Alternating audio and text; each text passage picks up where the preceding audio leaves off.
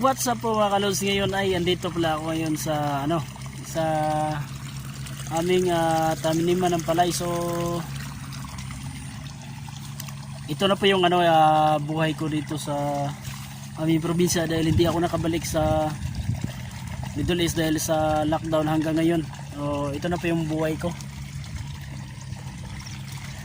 Magtatanim ng palay. So ano po mga kalods, ito po yung palay, yung kanal sa amin. Ayan. Galing po ito ng galing po itong tubig na to sa dam site, Bayuan Dam. Itong tubig na to, ito nagsusupply ng tubig dito sa aming palayan. Ayan, dahil natapos ng ipa-cultivate yung palayan namin, taniman namin ng palay. Yung yung sa gilid na yan,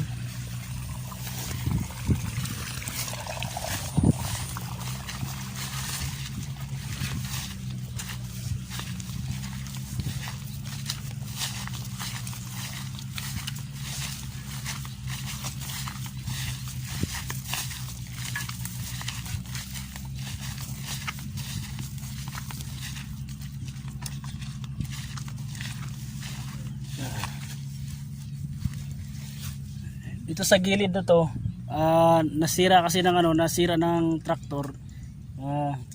Harangan po natin, harangan para pag mapasukan ng tubig, hindi sa dumiretso, hindi matapon.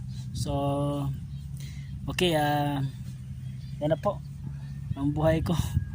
So hindi pa na nakapag-subscribe sa akin, so mag-subscribe na at mag-like at pindutin ang notification bell para ma-update kayo sa mga susunod ko na video. Ito ang buhay ng OFW ngayon dahil di nakabalik sa lockdown.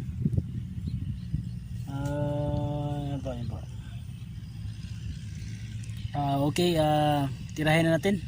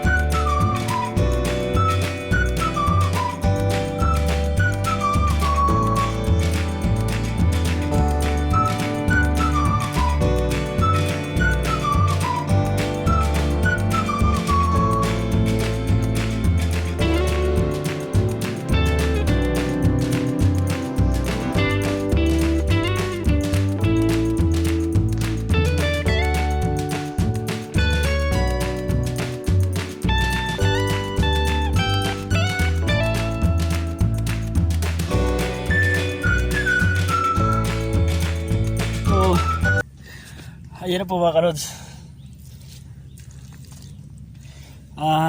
Natapos na rin, so ikotin natin, baka may may sira pa dun. So ito na po yung life ko dito sa sa aming probinsya dito sa Bohol. So hindi ko na lang bibisa, ito Tagalogin ko lang para maintindihan maintindihan ng lahat. Sige, ikot tayo, hanap tayo.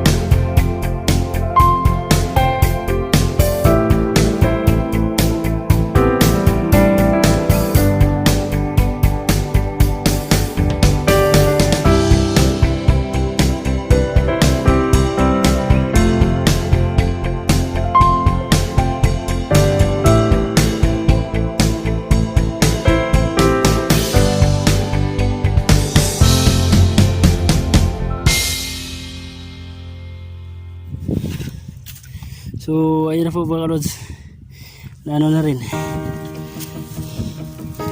okay na.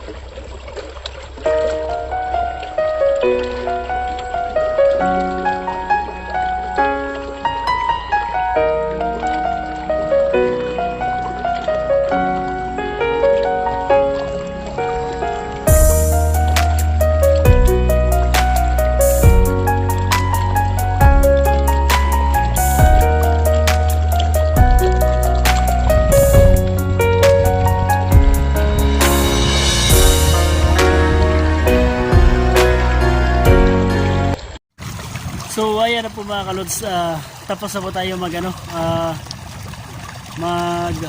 sa mga dinana ng traktor. Sige, thank you, maraming salamat sa panood at sumusuporta sa akin sa nila. God bless all. Sana suportahan niyo pa ako ng mas mahabang panahon. Maraming salamat po sa inyong suporta. Thank you.